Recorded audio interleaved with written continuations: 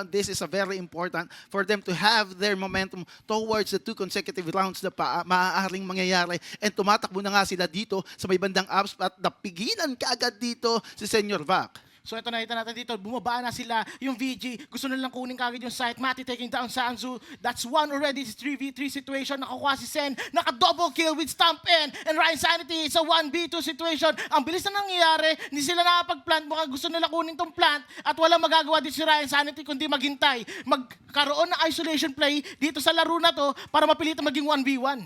And I think dito mukhang pinapaikutan na siya dito ng mga kanyang mga kalaban, pero Zen will close out that round and Ryan Sanity will not be able to close it.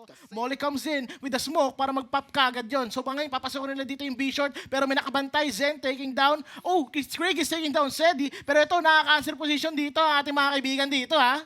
And ito, tuloy-tuloy lang ang kanilang pangmamama. Pero may tao dito, si Matty with the trigger discipline here on the Ninja. Mukhang magtatanim ba siya ng bomba pero hindi pinigilan siya. Pero nakita nga siya dito. That is a good decision to pick that Ninja box kasi alam nila ba. Pero still here, Sede playing on the short, trying to have some pick-off, pero hindi. Mukhang magiging disiplinado siya dito kasi alam niyang nagko-control ng mid itong virtual grounds and still they are just firing their bullets here towards the connector. So nakikita natin dito yung Sede. Ang position ni Sede tsaka ni Senior Back doon ay crossfire papunta dito sa may sa may connector. Meanwhile si Zen nakakuha pa, nakuha niya si Kuya Lor at si Zen nakuha ulit si Ryan Sanity. So it's a 4v1 situation. Mati na lang natitira. Mukhang lamang na sila dito. And Sanzu taking down Mati for that win. It's 3-0. Pero I think this is an expected position on the side of virtual grounds. Kailangan nila ma-check to. Pero ito na, magkakakitaan na nga sila dito. Pero ito na nga, makikita natin, they have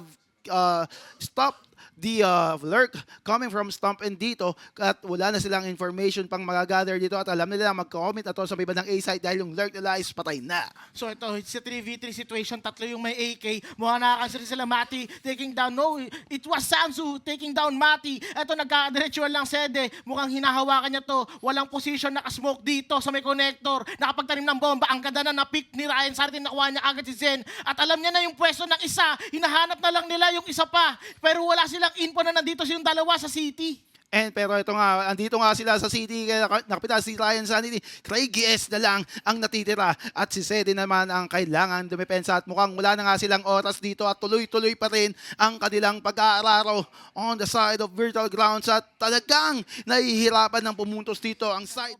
Gusto nang humawak dito ng off ng ating mga kaibigan. And eto na, kung naririnig na natin yung mga apoy na sinisilaban dito sa may bandang under and still they are controlling this mid and 2438 with this off is scoping dun sa mga magkocross ng short and still meron naman sila ditong mga tropa na mapapansin natin is nakakross sa mga sa mga pero makikita natin dito si Ryan Sanity with the lurk. Alam na nila kung saan possible na tumatakbo dito yung side ng virtual grounds at tuloy-tuloy na nga dito si Ryan Sanity for his lurk at si Sanjo naman ang pipigil sa may bandang short at libre na ata ang side ito and they will go now for a post-plant scenario. Napaka-CY dito ni Sansu. Alam niya na may naka-off. Pumwesto na siya. It's planted dito sa may B-short. Kaya hindi nila ina-expect na may lurk. Hindi nila ina-expect si Stampen kitang-kita doon. Pag nag-swing, ayun na nga natali na siya ni Ryan Santi. May si Sansu. That's a good turn. Kaso si 2-4-3 nandoon para iligtas. And that is a good lurk coming from Ryan Sanity. Bukod sa pinatay niya yung mga members dito sa site, unang-unang makukuha niya is information. That is the main. Yun na nga yung sinasabi natin. 2438 is now taken down at minus man na nga kagad to on the side of BBC. And the wallbang is good coming from Senior Back. At ito na nga yung mga masasabi natin dito. Bida to ng Molly Body, tabi, mainit. Pero yung smoke ay tutulong sa kanya para makaligtas pa ang kanyang buhay. So ang ganda ng pwesto doon ni Senior Back. Kaso may nag-swing doon si Jonger. At ito nakita natin doon na 3v3 na lang na mabilisan yung mayroon pa naka-off. Meanwhile si Mati taking down 2 and Craig is straying down. Doon si Mati. So ito makikita natin they are just having some trade-off na kaganapan dito sa may bandang A side. Dalawa pa ang nabubuhay sa BBC. Craigie S using his off. What is his decision on this round. Smoke has been used para makover yung kanyang angulo, pero ito hindi pa din sumisilip sa may bandang city, and this is a good position coming from Zed, and a good jump pick. Alam niya kung nasan banda, pero nakita siya na Krigis at kailangan nilang mag-ingat dahil hindi niya alam kung saan pa nakapwesto yung tropang si Mati. So ito, kinakabahan siya kasi hindi niya alam saan nakapeso si Mati dito.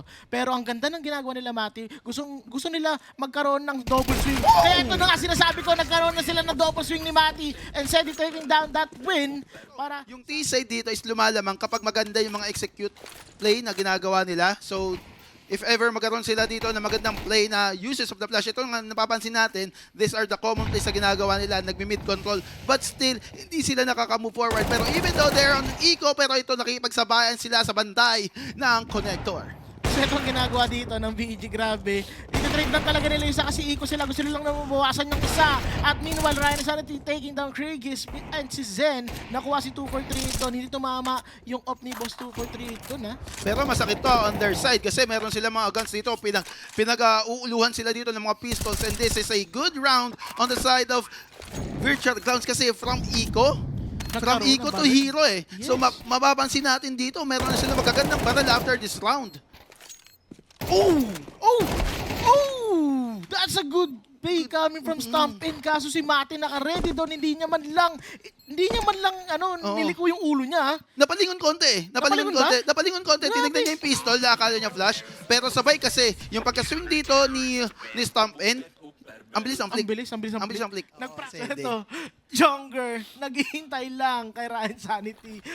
Sino sa tingin mo, sino lamang dito, Kuya Marco? Hindi, magugulat. Mapapatayo, buddy. Magugulat. Ito yung sinasabi natin eh. Head level ka, pero nakayuko yung kalaban mo, pero hindi! Sabi sa'yo, napatayo siya eh.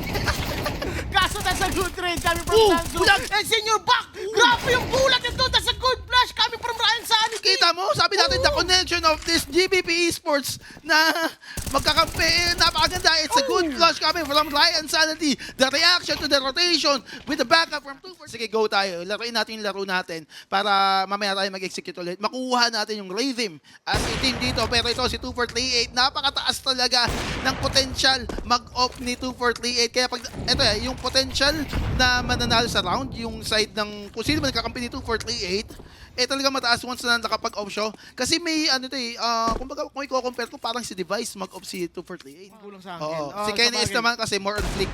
So ito mapapansin natin dito. It's a good kill coming from Zen na napatay niya dito yung nakatalikod. That is an off-guard kill. Pero ito na si 2438. Nidepensahan pa ang B-side.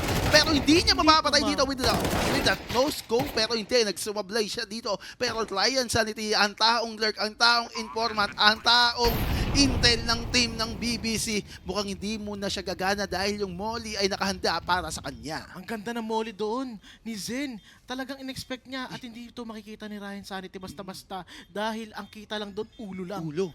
Meanwhile, Ito. siya kita yung ulo. Ibunbunan. Ayun na, sinasabi ko. Kita siya ni Zen. Ryan Sanity, no more. Alam na namin ang ginagawa mo.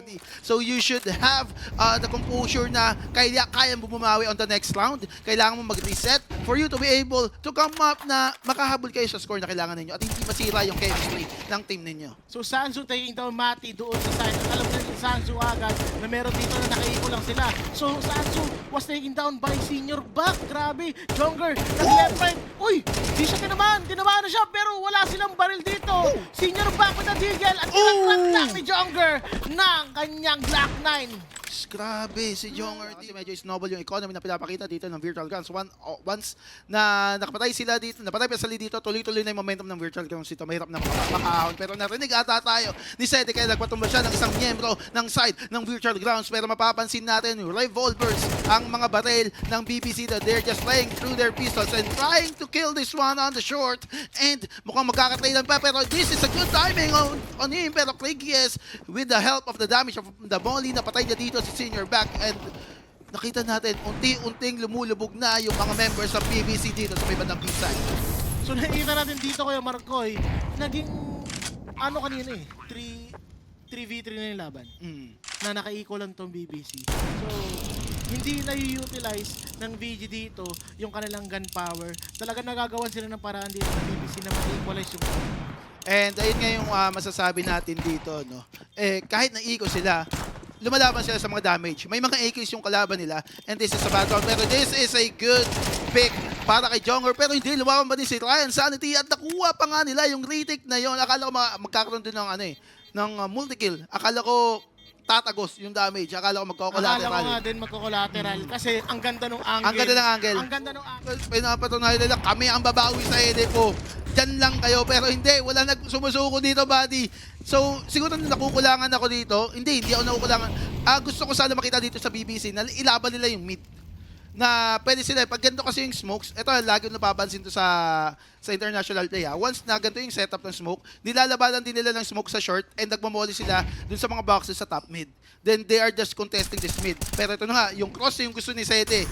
Yung cross yung napitas niya and that is a good call for him na papatay ka agad yung connector con guy dito.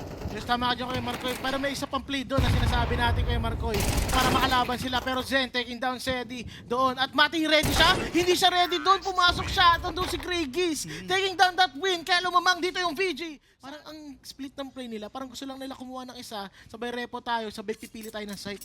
Pero ito makita natin, medyo tatanggal. Hindi, nakabawi dito si Craigies. Even though medyo masakit yung damage, binigay sa kanya 248. But still, this is a good call na mag-back siya dito. Pero nakikita natin dito, mukhang gusto na nila i-contest ditong A-site. Mati in senior back, taking down Stomp in. Ang ganda ng palitan doon ng bala. At Mati, taking down Zen again. Ito, grabe talagang entry fragment si Mati. Tumatatlo na, triple kill na. Gusto pa umisa. Gusto niya kunin lahat.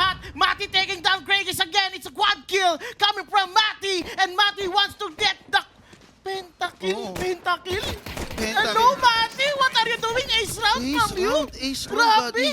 Ang init niya to na make sure na buo yung loob mo kasi hindi naman ganun kadali Hindi porket magaling ka sa isang laro, mahirap talaga yung industriya sa esports kasi kailangan mo talagang i-grind siya on the top. Katulad ng pag-grind dito ng team ng VG para makontrol yung mid. But still, grabe yung aggression na pinapakita nila pero Mati handa sa depensa dahil ayaw niya magpaawat pa. 4K for the side of BBC. Mati is taken.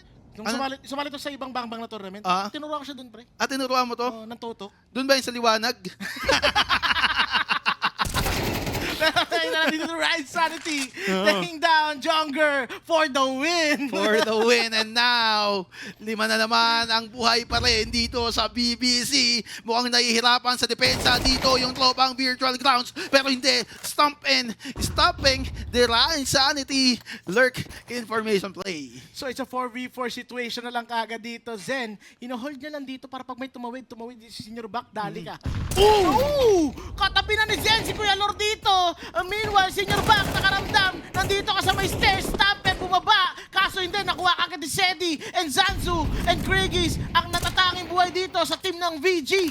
And ngayon, nakakapagtanim na sila ng bomba and the late rotation is now coming on the side of Virtual Clowns, trying to eliminate all of the terrorists, but still, Senior Back is unstoppable to this side at dalawang miyembro. Kumukuha ng space towards the mid, but Ryan Sanity is trying to have some play dito. Mukhang babalik siya sa peaceful pero hindi. Si Sanchu pipigilan na kagad ang lurk dito ni Senior Back at mukhang mapaparotate na sila dito papunta sa may B-ups pero wala pa din naman dito nakukuha ang space sa may bandang mid dahil mukhang mag-block mula dito sa Sede even though napitas na dito si Jonger. Yung BBC gusto na napasukit ng B. So, Molly coming down dun sa may van. Pero ito, nakaabang lang siya dito. Naghihintay na mapipitas si Craigies. Nalitanim na ng bomba. Gusto niya patanim ng bomba. Gusto dumalawa. Kaso Sedi taking down Craigies. At si Zen naka-ready dito. Hindi natanim yung bomba. Kaya kailangan nila itanim ulit with 10 seconds remaining.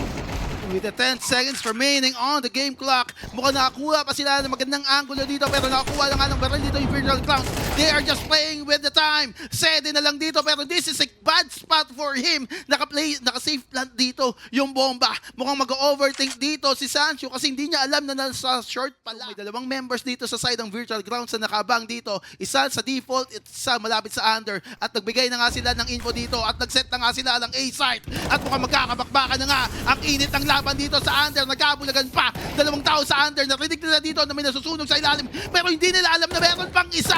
Dahil isa lang ang namatay sa kanila. Pero ito na nga, tuloy-tuloy lang ang crossfire na nangyayari. Tatlong miyembro na lang ang tinira. Biglang dalawa na lang pala. Craigies with a late rotation at makakapitas pa nga siya. Dalawa, 2v2. Makakapagtanim pa ng bomba yung mga tropa natin. 10 seconds on the game clock. Mukhang hindi na ata sila aabot. Mukhang delikado ang kanilang pwesto. At ito na nga, mukhang aabot pa ang pagtanim ng bomba. At napatagusan pa tropa. Grabe yung nangyayari dito. Dapat nagustuhan yung tropa. Craigies, no shot doon. Ryan Sanity taking down that win. 7-10. 7. No, shot yun, pre. Oh, shot mo Natawa na. ako. Shot mo na. Natawa, shot ko na. Shot ko na. Shot mo na. Nakuha ni Eto Sedi na. dito si Sedi. So gusto pa umisa ni Sedi. Alam na nila na nakaikot tong mga to. Sanzu is a hero buy dito sa round na to. 7-10. Gusto na nila manalo dito, Kuya Marcoy. Kasi pag hindi sila nanalo dito, malaki ang opportunity na malakin to ng BBC. Oh, pero kahit matalo sila sa round na to, may pambili na sa next round. With their economy dito, possible yon. Pero this is a good decision to have an M4A1S on this round dahil nakapitas na nga siya dito ng isang miyembro pero hindi pa din talaga nagpapatinag dito. Si Mati talaga isa siya sa bumubuhay ng team ng BBC. Babawi ako, ipaparamdam ko na babawi talaga ako. So wala na, clear na dito ang A-side. So it's a free plant coming from Team BBC dito. And isa pa lang ang napapatay dito ng side ng Virtual Grounds. They're taking their time. Alam nila na hindi sila makakalaban dito sa 4v2 situation. Gusto lang nila kumuha ng exit plan. Gusto nila kumuha ng pistol. Ito nga, nakakuha na si Gradius ng kill. Gusto niya kunin yung barrel kaya nag-smoke na siya with flash coming in. And hindi nila papatakasin dito si Gradius. Oo. Papantay nila. Pero pag Iipitin nag-swing nila. dito si Sansu, makakapatay siya. Sabi na, that's it. That's a good play coming from them. So makakalaban sila dito even though it's 7-11. Kompleto yung barrel nila at may barrel pa sila for the next rounds. Oh, buddy, kompleto yung battle nila kasi 7-11 na. Pag nag-swing ka doon, kita ka kagad eh. Hindi, medyo off-angle to, men. Off-angle to. Ang unang titignan nito is yung tao sa van. Yes, yung tao sa van. Oo, Pero once- pag nag-swing ka dun sa may left, yan, susunogin lang yung van. Ayan na nga, oh. Diba? Off-angle siya. Hindi siya kagad i-check doon. Ang unang i-check ng taong pupunta doon sa may bandang window is yung bandang short or bandang market. Yun yung lamang ng angle na yun. Kasi kahit sino sa atin, ang unang lagi natin chine-check is yung market. Market guy. Wala silang smoke na binigay doon eh. Oh, imagine mo, nagkakas na ako, natututo pa ako sa'yo maglaro. Ay, sorry. Grabe, hindi. Ang ganda nun, makikita ng mga viewers natin kung paano maglaro dito sa Immortal Elo ng PC. Anong immortal? Ay, Ano to? Mythic to, Mythic Glory. Mythical Glory! At Mythical- pinapakita ni Craigies na Mythical Glory na nga siya sa Face It! Pato dito ng Molly, si Stomp End at walang tumunog dito. Pero ito na nga, it's an off angle coming from Senior Vac. Yun nga yung sinasabi natin eh. That is a micro details ng laro. Walang tumama dun sa Molly niya. So nakaakyat kasi, nakapag-boost play dito Senior Vac. So hindi niya in-expect na merong close on that position. Pero medyo mahirap to. This would be a medyo alanganin yung gantong play. Pero ito na, maganda na yung mga utilities na binigay nila with the flash. Helping on the entry to this side. And Sanjo mukhang mapapabak muna at maghihintay ng mga tropa para sa kanilang retake. Pero hindi. Take yes, medyo umiinit na. Pumangalawa pa. Mukhang inuubos na nila. Ito to, makikipagpagbaon pa. Pero si Mati, the hero, hindi pa din magtatagumpay dahil si Zen is handa dito sa may bandang B-short. Grabe ang ginawa ni Craigies dun! Nasa ere! Nasa ere, men. Simple shot ang tawag dun ah! Simple shot yun, buddy. Grabe! So, tinuro ulit sa niya. So, naka-eco lang sila. Gusto nila atang harabasin kasi 9-11. Wala silang lurk, ha? Wala silang hurt. Wala silang hurt. Dire-diretso na lang sila. That's a good smoke coming from Stampen. At makikita nga dito, nakakisa na siya dito. Hindi na lang napapansin na sa triple back si Stampen. Zen taking down 2. Stampen taking down 2 as well. So isa na lang natitira. Si Kuya Lor na lang. 5 pa ang kalaban mo, Kuya Lor. Sabay yung baril mo. Medyo bang-bang talaga yan. Medyo bing-bing yan. Teka-teka yan, eh. Teka-teka yung Ayun baril, na. eh. Teka-teka. Lumabas ka! Bang! Bang! Ang hirap! Ang Takbo, hirap! Kuya Lor! Takbo! Kinakasabay! Kinakasabay. Hop! Akala ko eh.